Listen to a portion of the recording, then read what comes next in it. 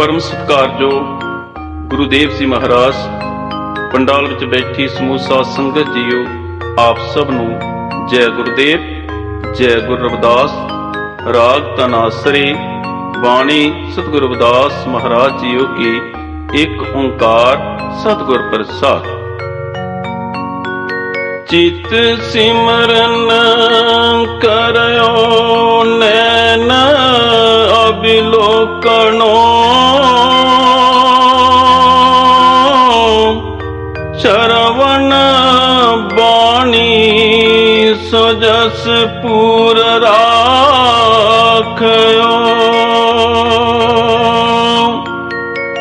मन सो मधुकर करयो चरण हृदय तरयो। रसन अमृत राम नाम पाखयो।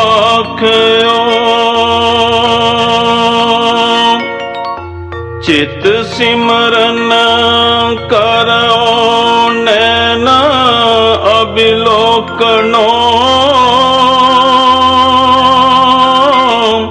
श्रवण बाणी सजस पूर राखयो।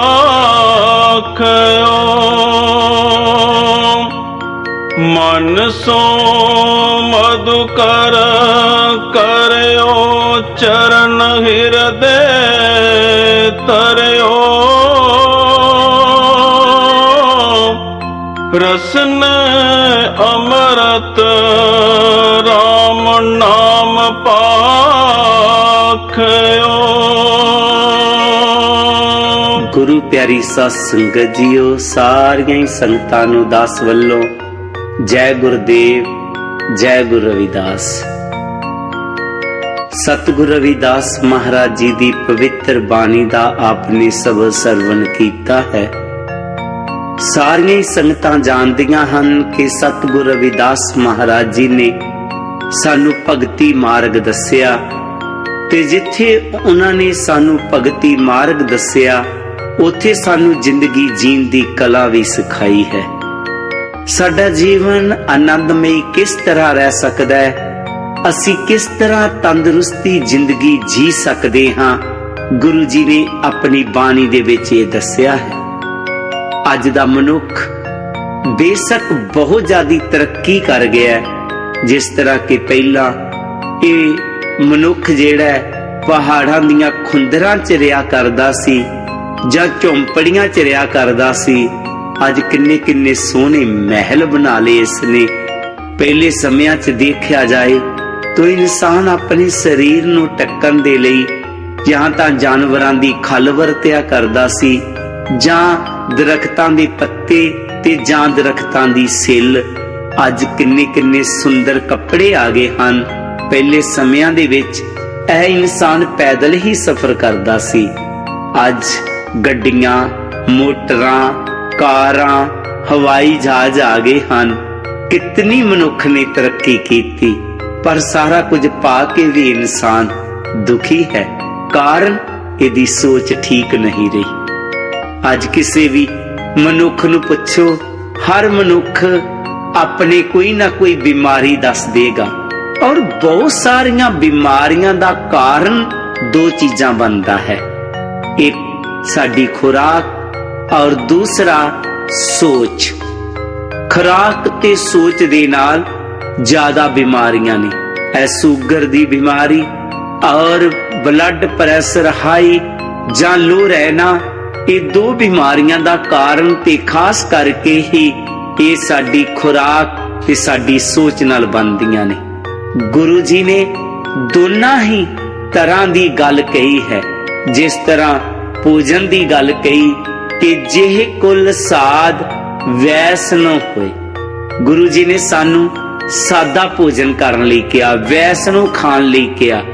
जेड़े इंसान बिल्कुल सादा भोजन खांदे ने तकरीबन तंदुरुस्त रहिंदे ने। इस सबद दे विच गुरु जी ने सोच दी गल कीती है। साडी सोच वधिया होनी चाहिए है, कदे नैगेटिव नहीं सोचना चाहिए। अज दा मनुख बिना वजह ही सोची जांदा है। कुछ कुदरती नियम ने जिन्हां नूं असीं टाल नहीं सकदे, जिस नूं असीं नियम नूं जिहड़ा असीं बदल नहीं सकदे। जिस तरह सुबह हुई है, दोपहर पैनी है, दोपहर तो बाद शाम होनी है, ते असीं कहिए शाम क्यों पै गई, दिन क्यों डुब गया, इहदे तो परेशान होइए, ते इह गल गलत है। गुरु जी ने कहा जो दिन आवे सो दिन जाई, करना कुछ रहन थिर नाई। इसी तरह इंसान पहला बचपन हुंदा है, फिर जवानी आउंदी है, फिर बडेपा, ते बडेपे तो बाद मौत भी सत्त है। हुण असीं इस गल ते रोई जाइए, सोची जाइए मेरे ते बडेपा क्यों आ गया, मैं जवानी तो क्यों अगे लंघ गया, तो ये सोचना गलत है। गुरु प्यारी साध संगत जीओ, असी इस चीज नू कदे नहीं बदल सकते। सो गुरु जी ने कहा ऐ सोचां दी बजाय असी की करना है।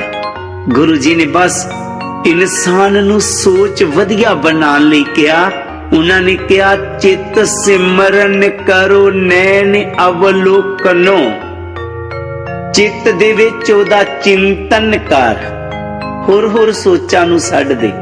क्योंकि गुरु प्यारी साध संगत जी जदों साडा मन वेला नहीं रहिंदा, ये सारे ही जानते ने, तो इनू वेला रखना नहीं। ये चित्त दा मन दी गल उसी तरह ही है कि जिस तरह कहंदे ने कोई आदमी सी, ओदे काम नहीं सन मुकदे, खत्म ना होने काम, तो किसे संत दे कोल चला गया, कहन लगा महाराज मेरे काम नहीं मुकदे, मैं बड़ा परेशान हाँ, मैं की करा।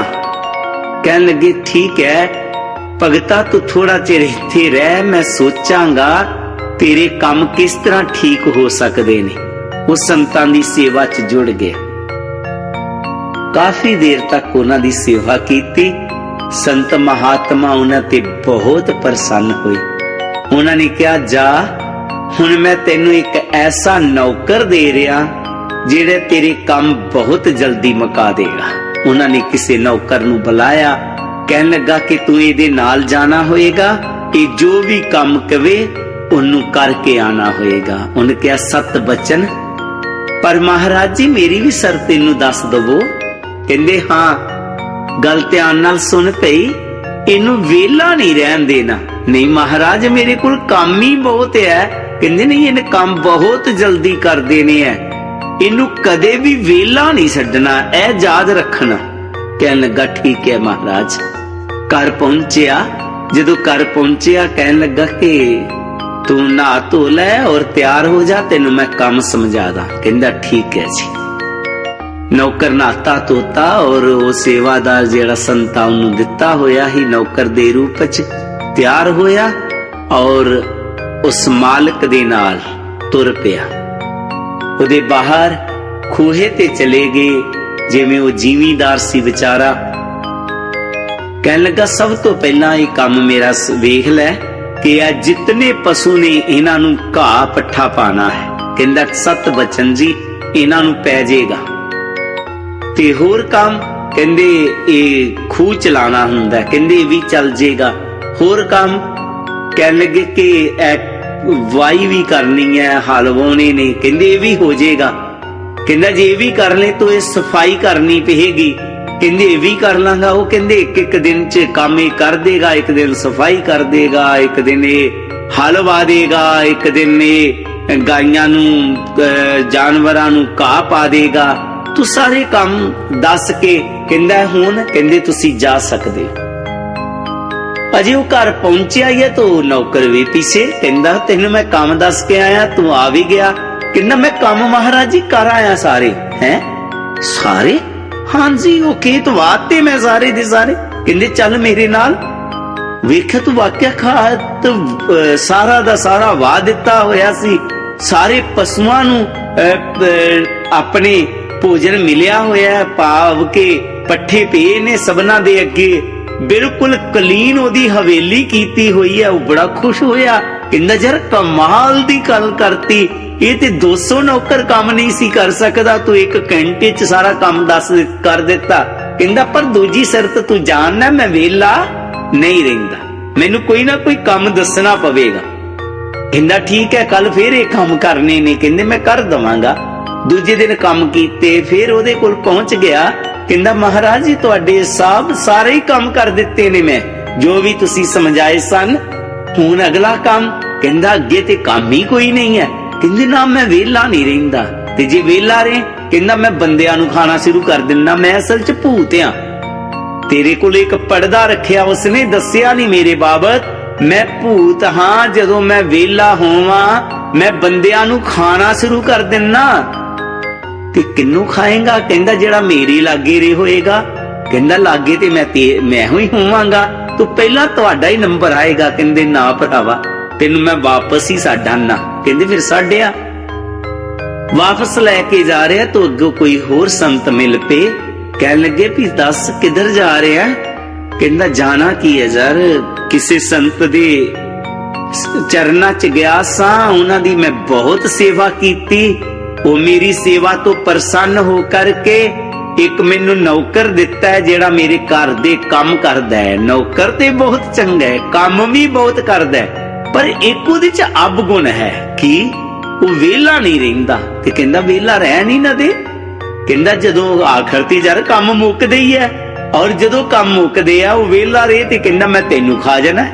ਮੈਂ ਤੇ 15 ਦਿਨ ਵੀ ਕੰਮ ਨਹੀਂ ਲੈ ਸਕਿਆ, ਸਾਰੇ ਹੀ ਕੰਮ ਉਹਨੇ ਖਤਮ ਕਰ ਦਿੱਤੇ ਹੋਏ ਨੇ। ਮੈਂ ਜਿਹੜਾ ਵੀ ਕੰਮ ਦੱਸਣਾ ਉਹ 2 ਘੰਟੇ ਦਾ ਕੰਮ 2 ਮਿੰਟ ਚ ਕਰਕੇ ਮੇਰੇ ਕੋਲ ਹਾਜ਼ਰ ਹੋ ਜਾਂਦਾ।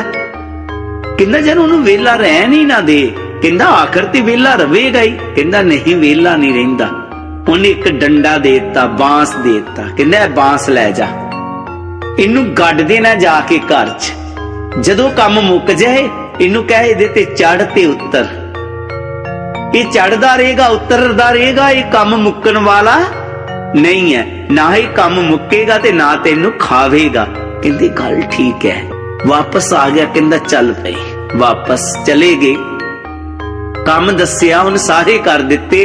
ਕਹਿੰਦਾ ਹੁਣ ਕੰਮ? ਕਹਿੰਦਾ ਉਹ ਸਾਹਮਣੇ ਵੇਖ ਰਿਹਾ ਨਾ ਬਾਂਸ? ਕਹਿੰਦਾ ਹਾਂਜੀ। ਕਹਿੰਦਾ ਇਹਦੇ ਤੇ ਚੜੀ ਜਾ ਤੇ ਉਤਰੀ ਜਾ। ਉਹ ਜਦੋਂ ਚੜਦਾ ਉਤਰਦਾ ਕੰਮ ਖਤਮ ਨਹੀਂ ਹੁੰਦਾ। ਜਦੋਂ ਵਿਹਲਾ ਹੁੰਦਾ, ਜਦੋਂ ਕੰਮ ਦਾ ਟਾਈਮ ਹੁੰਦਾ, ਤੇ ਕਹਿੰਦਾ ਆਪ ਹੀ ਫਲਾਣਾ ਕੰਮ ਕਰ ਜਾ।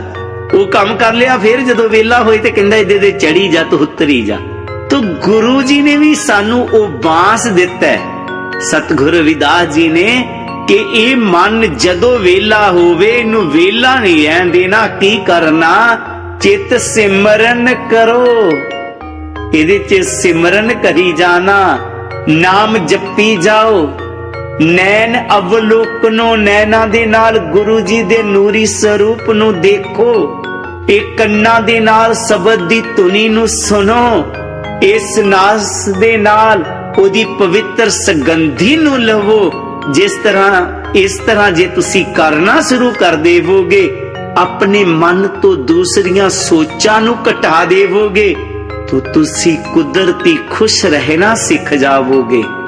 गुरु जी ने कहा सिमरन दे नाल तुहानू खुशी आवेगी, तुहाडा चित प्रसन्न रहेगा, तुसी खिड़े रहोगे। और जदों खिड़े रहोगे कुदरती तुहाडियां बीमारियां जेड़ियां बहुत सारियां कटणगियां।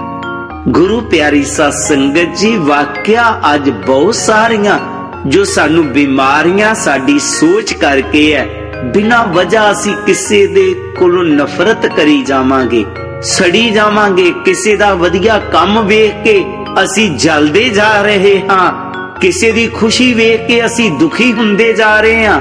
एहो ही कारण साडे दुखी होण दा, एही कारण साडीआं बीमारियां दा। अगर किसी दी खुशी वेख के असी भी खुश रहना सीख जाइए, किसी दी तरक्की वेख करके असी खुशी महसूस करना शुरू कर दिए, तो असी बहुत सारियां बीमारियां तो छुटकारा पा सकते हाँ। साडा जीवन सुखदाई हो सकता है। सो गुरु जी ने सानू समझाउण दी कोशिश कीती कि ऐ इंसान तू होर सोचां नू छड्ड के अपने चित्त दे विच ओदा चिंतन कर। सतगुरु अमरदास जी ने भी यही कहा, सतगुर का जो सिख कहाए पलके उठ हर नाम ते आए। पलके दा भाव सुबह ऐ जीव, शाम नू टाइम दा सौ जाना, टाइम दा सवेरे जाग। अज समा अजीब जिहा हो गया। कई परिवारां च असीं वेखदे हां बिना वजह ते रात 12-12 1 वजे तक जागदे रहणगे, कोई काम नहीं, और सवेरे उन्हां उठना ही नहीं।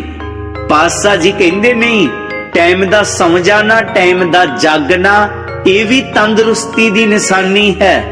तंदुरुस्ती है इहदे च भी। सवगते सौ सवगते जाग, अकल ते धन दे लगे भाग। ਜਿਹੜੇ ਸਵਗਤੇ ਸੌਂਦੇ ਨੇ, ਸਵਗਤੇ ਜਾਗਦੇ ਨੇ, ਐਵੇਂ ਨਹੀਂ ਟੈਲੀਵਿਜ਼ਨ ਲਾ ਕੇ ਵੇਖਦੇ ਰਹੋ, ਅੱਖਾਂ ਵੀ ਖਰਾਬ ਕਰੋ, ਨੀਂਦ ਵੀ ਖਰਾਬ ਕਰੋ। ਪਾਤਸ਼ਾਹ ਜੀ ਕਹਿੰਦੇ ਟਾਈਮ ਦੇ ਸੌਂ ਜਾਓ ਆਪ, ਔਰ ਟਾਈਮ ਦੇ ਉੱਠੋ। ਬਹੁਤ ਸੋਹਣਾ ਫਰੀਦ ਨੇ ਵੀ ਕਿਹਾ, ਫਰੀਦਾ ਰਾਤ ਕਥੂਰੀ ਵੰਡੀ ਹੈ, ਸੁੱਤਿਆ ਮਿਲੇ ਨਾ ਪਾਓ, ਜਿਨਾ ਨੀਂਦ ਨਿਦਰਾਵਲੇ ਤਿੰਨਾ ਮਿਲਨ ਕਵਾਓ। ਕਹਿੰਦੇ ਰਾਤ ਨੂੰ ਪਰਮਾਤਮਾ ਆ ਕੇ ਤੰਦਰੁਸਤੀ ਦੀ ਕਸਤੂਰੀ ਵੰਡਦਾ। ਜਿਹੜੇ ਸਵਗਤੇ ਉੱਠਦੇ ਨੇ ਉਸ ਕਸਤੂਰੀ ਨੂੰ ਲੈ ਲੈਂਦੇ ਨੇ, ਜਿਹੜੇ ਸੁੱਤੇ ਰਹਿੰਦੇ ਨੇ ਉਹ ਸੁੱਤੇ ਹੀ ਰਹਿ ਜਾਂਦੇ ਨੇ, ਉਹਨਾਂ ਨੂੰ ਉਹ ਕਸਤੂਰੀ ਨਹੀਂ ਮਿਲਦੀ। ਅਗਰ ਤੁਸੀਂ ਵੀ ਤੰਦਰੁਸਤੀ ਦੀ ਕਸਤੂਰੀ ਲੈਣਾ ਚਾਹੁੰਦੇ ਹੋ ਨਾ, ਤਾਂ ਸਵੇਰੇ ਸਵਗਤੇ ਉੱਠਣ ਦੀ ਜਾਚ ਬਣਾਓ, ਸਿੱਖੋ, ਆਦਤ ਬਣਾਓ। ਤੁਹਾਡੀ ਆਦਤ ਬਣ ਜਾਏ ਕਿ ਇਸ ਟਾਈਮ ਦਾ ਸੌਵੋ, ਟਾਈਮ ਦਾ ਜਾਗੋ। ਜਦੋਂ ਟਾਈਮ ਦੇ ਜਾਗੋਗੇ ਤਾਂ ਕੁਦਰਤੀ ਤੁਹਾਡੇ ਕੰਮ ਵੀ ਵਧੀਆ ਹੋਣਗੇ। ਸਵੇਰੇ ਉੱਠੋ ਤਾਂ ਗੁਰਬਾਣੀ ਚ ਤੇ ਕਿਹਾ ਤੇ ਉੱਠ ਕੇ ਇਸ਼ਨਾਨ ਕਰੋ ਤੇ ਸਿਮਰਨ ਦੇ ਨਾਲ ਜੁੜ ਜਾਓ, ਇਕਾਂਤ ਚਿੱਤ ਹੋ ਜਾਓ। ਤੁਸੀਂ ਇਕਾਂਤ ਚਿੱਤ ਹੋ ਕਰਕੇ ਜੋ ਵੀ ਤੁਹਾਨੂੰ ਨਾਮ ਚੰਗਾ ਲੱਗਦਾ ਹੈ ਉਹਦਾ ਸਿਮਰਨ ਕਰੋ। ਤੁਹਾਡੀ ਸਾਰੇ ਦਿਨ ਦੇ ਵਿੱਚ मन खुश रहेगा, खिड़िया रहेगा। यही तंदुरुस्ती दी निशानी है। इसी करके सतगुरु रविदास महाराज जी ने अपनी बाणी दे विच कहा सी कि जेकर तू इंसान तंदुरुस्त रहना चाहता है तो जैसे उन्हां दी बाणी है, जैसे पुरैन पात रहे जल समीप, पन रविदास जन्मे जग सोई।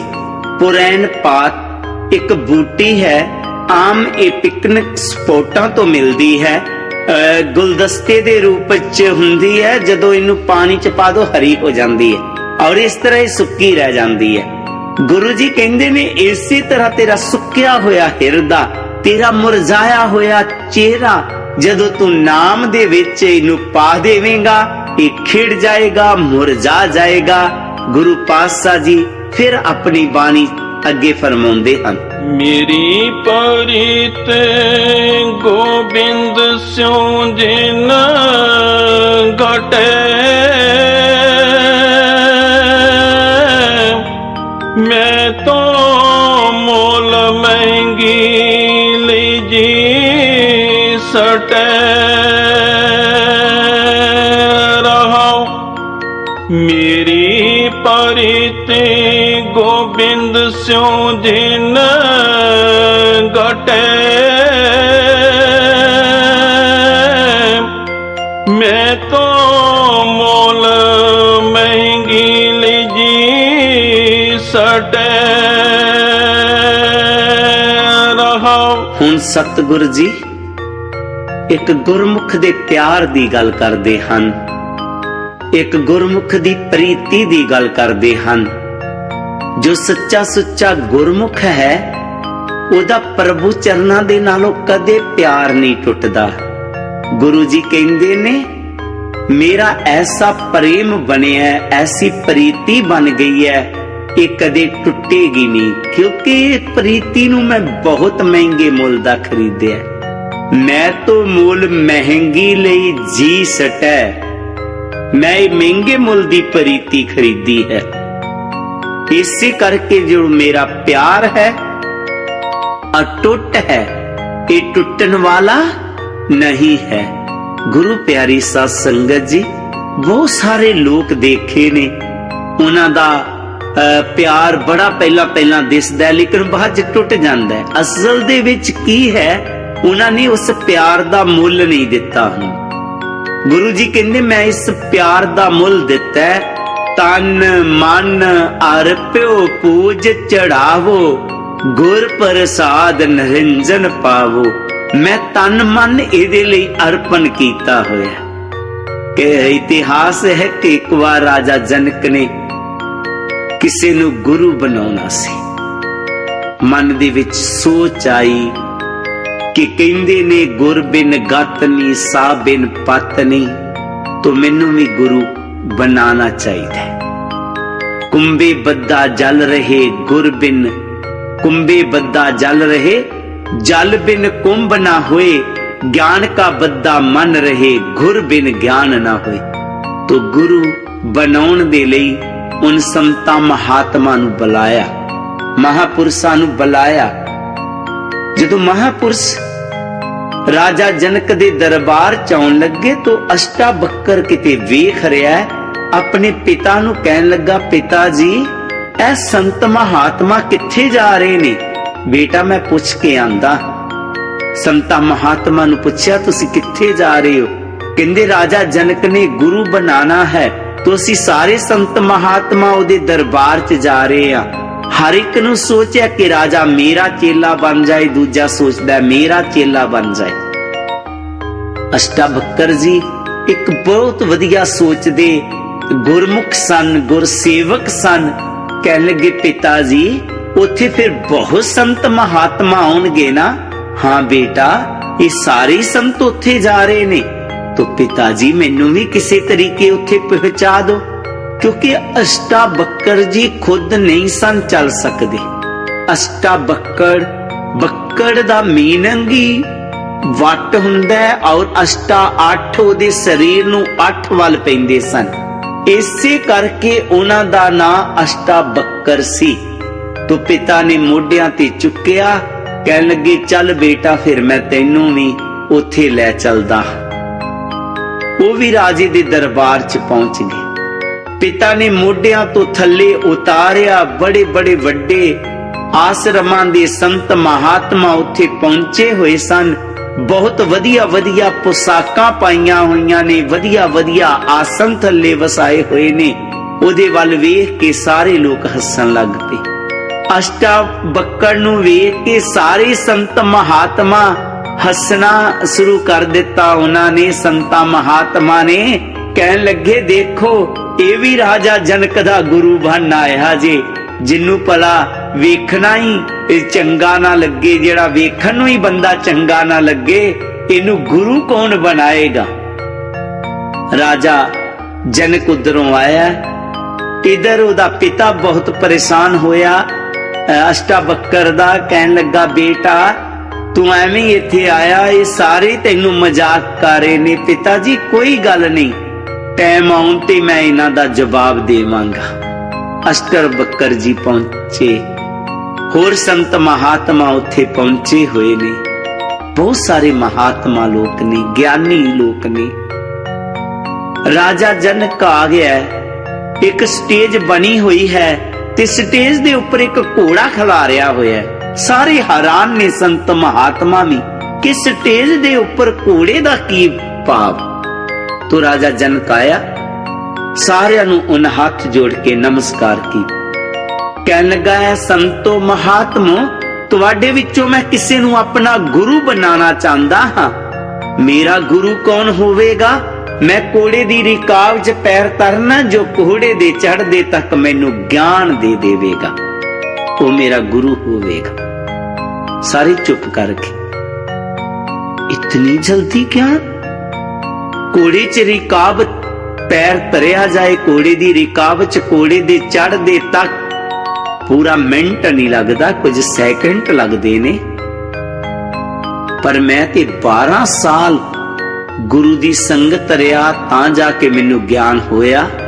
दूजा सोचदा मैं 6 साल तक गुरु शरण च रिया तां जाके ज्ञान होया। कोई कहंदा मैं 5 साल तक गुरु चरना च रिया तां जाके ज्ञान होया। इनू 1 मिनट च कौन ज्ञान दे देवेगा? सारे संत महात्मा चुप ने, खामोश ने। राजा जनक नू लगा शायद इन्हां नू मेरी गल दी समझ नहीं आई। राजा जनक ने फिर हाथ जोड़े, फिर नमस्कार कीती, कहन लगा है संतो महात्मो, तुहाडे विचों मैं किसे नूं अपना गुरु बनाना चाहता हाँ। मेरा गुरु कौन होवेगा कि मैं घोड़े दी रिकाव च पैर तरना, जो घोड़े दे चढ़दे तक मैनू ज्ञान दे देवे। फिर सारे खामोश। राजा जनक कहन लगा कि तुहानू मेरी समझ नहीं लग रही। अष्टावक्र जी बोले, राजा समझ लग रही है, पर तुहानू किस ज्ञान दी जरूरत है? कहन लगा, जर मैनू ब्रह्म ज्ञान दी जरूरत है।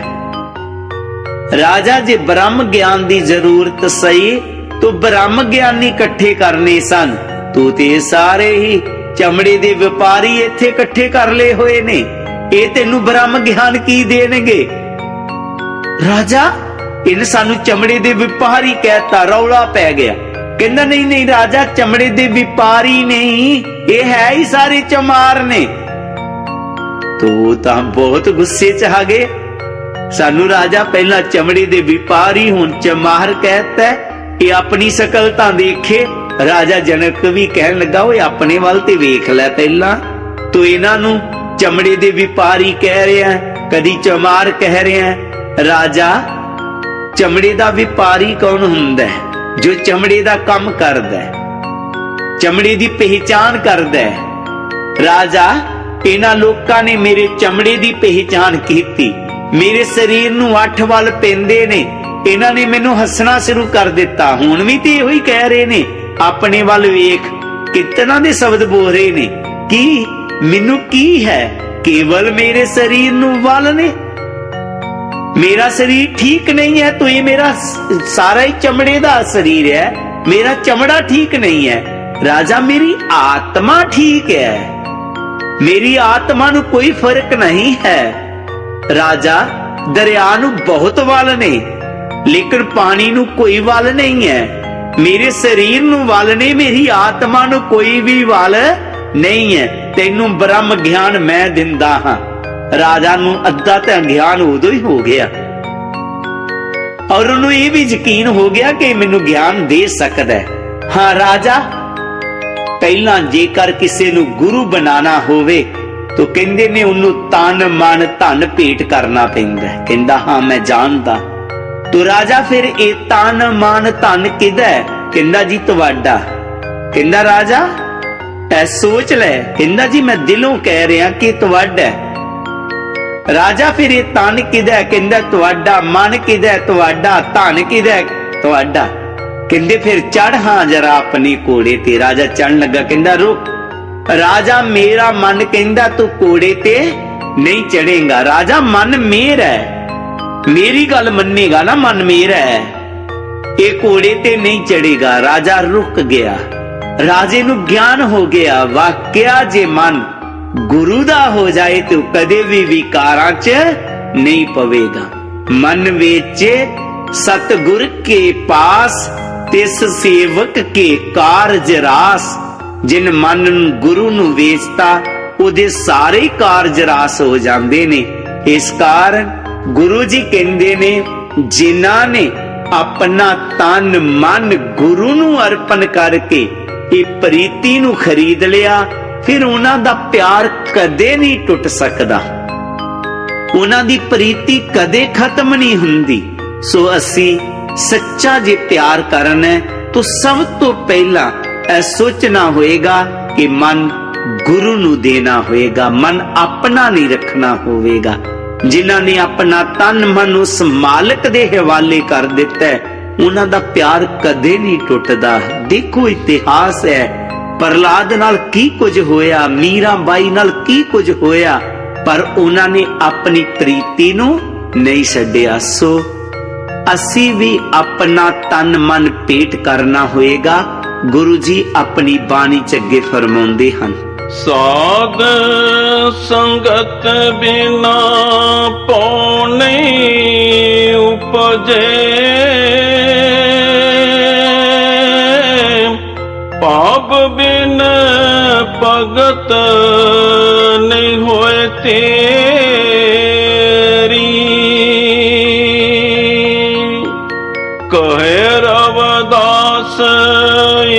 ਬਿਨਤੀ ਹਰ ਸਿਉ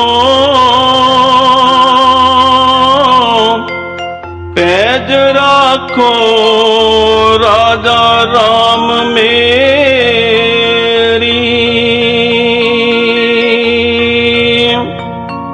ਸਾਧ ਸੰਗਤ ਬਿਨਾ ਪਉ ਨਹੀਂ ਉਪਜੇ,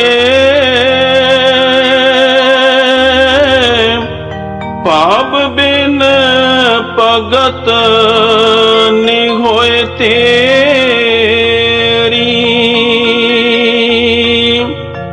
ਕਹੈ ਰਵਿਦਾਸ ਇਕ ਬਿਨਤੀ ਹਰ ਸਿਉ ਪੈਜ ਰਾਖੋ ਰਾਜਾ ਰਾਮ ਮੇਰੀ।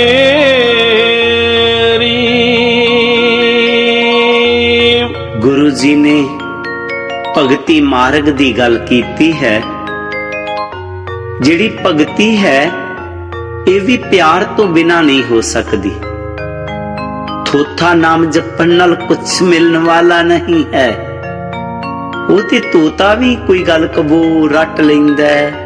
ਉਹਨੂੰ ਲੋਕ ਕਹਿੰਦੇ ਨੇ ਤੋਤਾ ਰਾਮ ਚੂਰੀ ਖਾਣੀ ਹੈ, ਤਾਂ ਉਹ ਵੀ ਉਸੇ ਤਰ੍ਹਾਂ ਹੀ ਰੱਟ ਲੈਂਦਾ, ਬੋਲੀ ਜਾਏਗਾ ਤੋਤਾ ਰਾਮ ਚੂਰੀ ਖਾਣੀ। ਉਹ ਇਹਨੂੰ ਪਤਾ ਹੀ ਨਹੀਂ ਹੈ ਕਿ ਕਿਹਨੂੰ ਕਹਿ ਰਿਹਾ। ਕੋਈ ਤੁਰਿਆ ਜਾਂਦਾ ਉਹਦੇ ਵੱਲ ਆਏਗਾ ਤਾਂ ਉਹਨੂੰ ਪੁੱਛੀ ਜਾਏਗਾ ਤੋਤਾ ਰਾਮ ਚੂਰੀ ਖਾਣੀ ਹੈ। ਇਸੇ ਤਰ੍ਹਾਂ ਕਿਸੇ ਨੇ ਕੋਈ ਨਾਮ ਜਪ ਕਹਿਤਾ, ਅਸੀਂ ਜਪਣਾ ਸ਼ੁਰੂ ਕਰ ਦਿੱਤਾ, ਇਹ ਕੋਈ ਬਹੁਤ ਵੱਡੀ ਗੱਲ ਨਹੀਂ ਹੈ। ਗੁਰੂ ਜੀ ਕਹਿੰਦੇ ਵੱਡੀ ਗੱਲ ਹੈ ਕਿ ਪਿਆਰ ਤੋਂ ਬਿਨਾ ਭਗਤੀ ਨਹੀਂ ਹੋਏਗੀ। ਥੋਥਾ ਨਾਮ ਜਪਣ ਨਾਲ ਕੁਛ ਮਿਲਣ ਵਾਲਾ ਨਹੀਂ ਜੇ। ਸਭ ਤੋਂ ਪਹਿਲਾਂ ਪਿਆਰ ਹੋਣਾ ਜ਼ਰੂਰੀ ਹੈ। ਜੇ ਪਿਆਰ ਨਹੀਂ ਤਾਂ ਗੁਰੂ ਅਰਜਨ ਦੇਵ ਜੀ ਨੇ ਕਿਹਾ ਅਤ ਸੁੰਦਰ ਕੁਲੀਨ ਚਤਰ ਮੁਖ ਗਿਆਨੀ ਤਨਵੰਤ ਮਿਰਤਕ ਗਹੀਏ ਨਾਨਕਾ ਜੇ ਪ੍ਰੀਤ ਨਹੀਂ ਭਗਵੰਤ।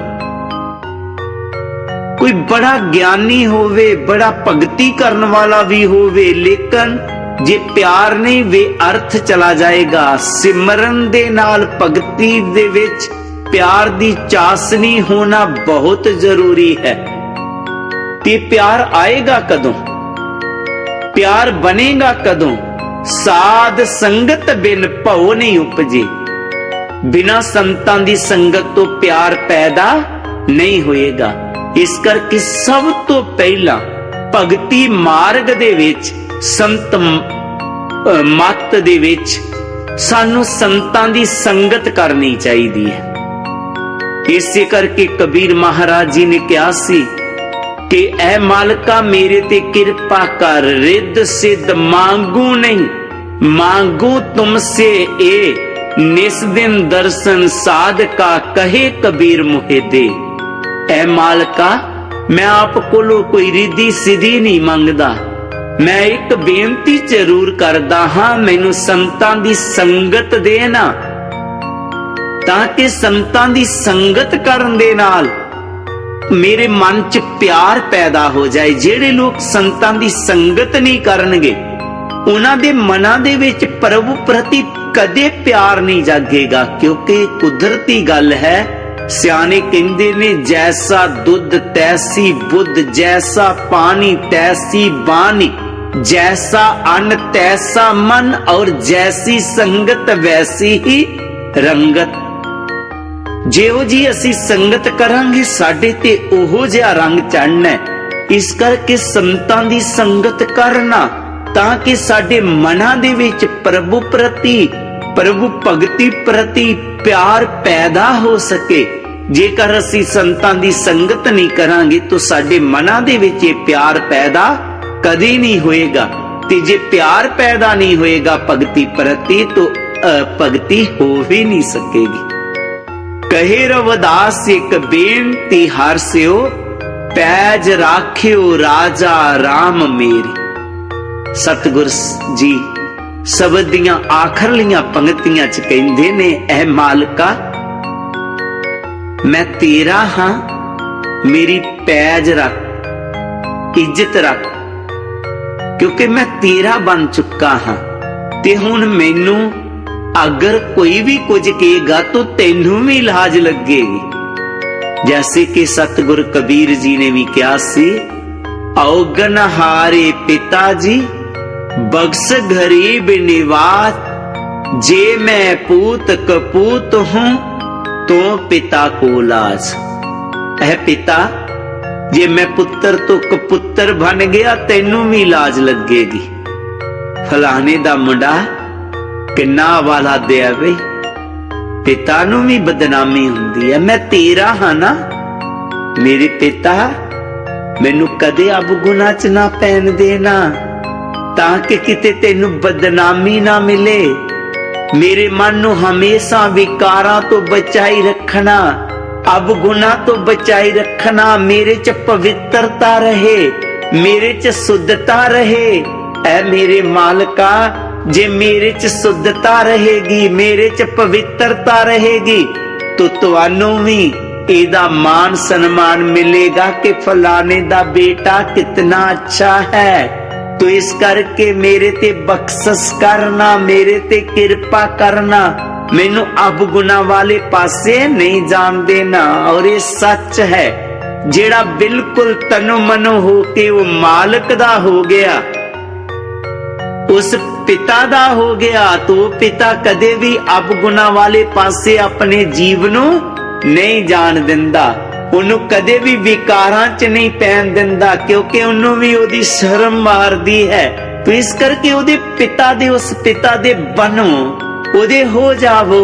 जदों हो जावोगे तो पिता च एक गुण है कि जिस तरह वो बच्चे नू पहला चलना सिखालदा है, फिर ओनू दौड़ना सिखालदा है, फिर उड़ना सिखाल दिंदा है। तुसीं भी अपने पिता दे जे बन जाओगे तो उस मंजिल नू तुरना सिखाएगा, फिर दौड़ना, फिर उड़ के सतनाम लोक च जाना सिखा देवेगा। और तुसी ओदे नाल मिल के फिर सदा दा सदा आनंदमय जीवन जी सकोगे। आओ गुरु प्यारी साध संगत जी, जो सतगुरां ने सानू आनंदमय जिंदगी जीण दा जो ढंग दस्सिया, यही तंदुरुस्ती दा राज है। साडा साडी सोच ठीक रहे, असी नफरत ईरखा दवाए आदि विकारां तो हट सकीए, तो असी वधिया जिंदगी जी सकने हाँ, आनंदमय जिंदगी जी सकने हाँ। आओ गुरु जी दी बाणी नू अपने जीवन च अपना करके जिंदगी जीण दी कला नू जानो, जिंदगी जीण दा ढंग सिखो, आनंदमय जीवन जीण दा ढंग सिखो। ये गुरु जी दी बाणी चो मिलेगा। सारियां संगतां नू दास वल्लों जय गुरुदेव, जय गुरु रविदास।